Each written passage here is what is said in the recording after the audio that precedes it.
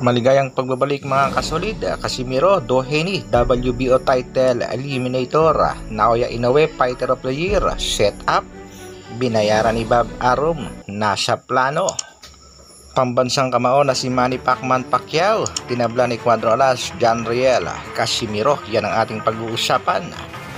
Para sa ating unang balita mga kasolid, Japanese monster Naoya Inoue at kasalukuyang super bantamweight undisputed champion, itinanghal na nga ng The Ring na 2023 Fighter of the Year.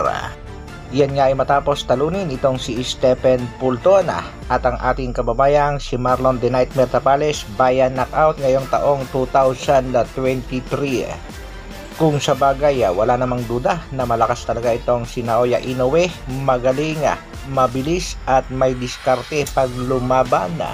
Isa na ring patunay dyan ay ang 2 beses niyang talunin ng ating pangbatong si Nonito Donaire Jr. Pero kung magaling itong si Japanese Master Naoya Inoue, mas magaling ang kanyang kampo, lalong lalo na ang kanyang promoter, ang top rank promotion na si Bob Arum. Magaling at mautak nga itong si Lolo Bob dahil hindi niya itatapat itong si Naoya Inoue sa alam niyang mag-aalanganin ang kanyang alaga. Isang ang patunay dyan ay ang pag-iwas ni Arum dito kay Cuadro Alas Janriel Casimiro nung kasalukuyang ito pang si Alas ang may hawak ng WBO title sa bantamweight division. At nang matalo nga nitong si Naoya Inoue itong si Paul Butler, ay kaagad namang nag-request itong si Bob Arum sa WBO na gawing super champion itong si The Monster Naoya Inoue. At ura-urada nga dyan mga kasolid, approve agad yan ng WBO gives Naoya Inoue bantamweight super champion status. At paglakyat nga nito nga si Naoya Inoue sa super bantamweight division ay kaagad makapag-challenge sa American na champion na si Stephen Fulton para sa unification agad ng 2 titulo. Ang tanong, bakit hindi kay Murodjon Akhmadaliev nag-challenge ito si Naoya Inoue? Alam kasi ni Bob Arum na may lakas ding taglay itong si Akhmadaliev. At sa katunayan dyan mga kasolid, dapat ay itong si Brandon Figueroa ang unified champion ng super bantamweight division na WBO at WBC dahil sa laban ito kay Stephen Fulton. Kitang-kita naman na panalo itong si Figueroa.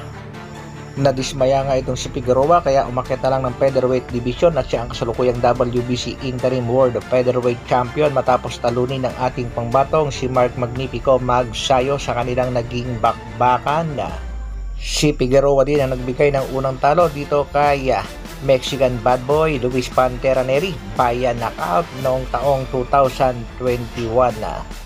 Alam ni Arum na mahina itong si Fulton kaya ikinasa agad ng laban sa kanyang alagang si Inoue. At sa naging bakbaka naman sa pagitan nitong si Murodjon Akhmadaliev para sa unification ng 2 titulo rin na WBA at IBF kontra sa ating pangbatong si Marlon The Nightmare Tapales.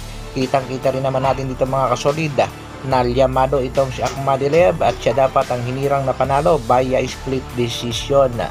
Kahit nga isa sa pinakamalaking vlogger sa Pinas na si Pau Salud, heto nga ang kanya naging scorecard. Liyamado si Akhmadaliev 115-113. Hindi nga matanggap nitong si Murodjon Akhmadaliev ang naging desisyon ng mga hurado. Natalo siya sa bakbakan kontra sa ating kababayang si Marlon The Nightmare Tapales. At marami nga nagsasabing ang pagkapanalo ni Tapales ay ayon nga yan sa sayaw at sa plano ni Bob Arum. Alam ni Bob Arum na easy fight lang dito kay Naoya Inoue ang laban kontra nga dito kay na Stephen Fulton at sa ating kababayang si Marlon The Nightmare Tapales, kaya naman easy undisputed itong si The Monster Naoya Inoue. Magaling talaga at mautak itong si Bob Arum. Patok na patok ang kanyang mga plano para sa kanyang alagang si The Monster Naoya Inoue. At ang pagiging Fighter of the Year nga nitong si Inoue ay nakuha niya sa laban kontra sa ating kababayang si Marlon The Nightmare Tapales na sinasabi ng karamihang ipinakain lang ni Sean Gibbon sa halimaw ng Japan. Sa kabilang balita naman mga kasolid, pambato nating si pambansang kamao Manny Pacquiao. Alam naman natin gusto niya ring maikasa ang bakbakan sa pagitan ni Inoue kontra kay Janriel Casimiro. Pero dismayado nga itong si Manny Pacquiao sa ating pangbatong si Alas. Sa kadahilanan nga, bigla na nga lang daw umalis sa MP Promotion ang ating nag-iisang angas ng Pinas na si Cuadro Alas Janriel Casimiro. At sa kasalukuyan nga ay nag-o-opera naman itong MP President na si Mr. Sean Gibbons na bumalik si Alas sa poder ng MP. At nangangako gagawa niya ng paraan para makasa ang bakbakan sa pagitan nitong si Casimiro at Naoya Inoue. Pero may paninindigan ng ating pangbatong si Alas, hindi na talaga babalik sa poder ng MP promotion. Ayon nga dito kay Kuya Lods Jason Casimiro, kahit anong gawin nitong si Puti ay hindi na sila babalik ng MP promotion. Sabay post mga kasolida. Hello White Dog, asa na mga bata mo? Dito akala ko malakas ka. Talaga ba? White Dog loser. Yan nga ay matapos ilabas ng Boxrec ang latest update ng ranking sa Super Bantamweight Division na kung saan ay hindi na nga kasama si Tapales sa 5 boksingerong pinakamalalakas sa Super Bantamweight Division. Nangunguna Naoya Inoue, pumapangalawa si Luis Neri, pangatlo ang ating pangbatong si Janel Casimiro, nasa pang-apat si Stephen Fulton at panglima nga dyan si Sam Goodman. Patungkol nga sa nalalapit na laban ng ating pangbatong si Alas, nagpost din si Cuadro Alas, it's my boy. Hello guys, hintay lang kayo sa announcement ng laban natin. Matunog na nga ang laban itong si Cuadro Alas Janel Casimiro para sa WBO title eliminator. Kontra nga dito kay TJ Doheny na kasalukuyang number 3 sa ranking ng WBO.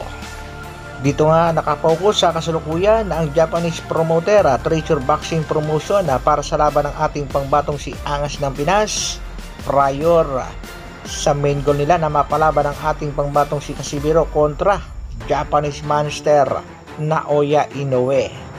Bagamat marami pa ang nakapila dito sa Japanese Monster, siguradong makakalaban din ito ang nag-iisang Angas ng Pinas, Cuadro Alas Janel Casimiro. Hanggang dito na lang muna mga kasolid. Maraming salamat sa patuloy na pagsuporta at panonood. Isang like naman dyan at sa mga bagong mapapadaan sa ating munting channel, pasubscribe naman. Mabuhay Dr. Advin Vlogs. Brrrr.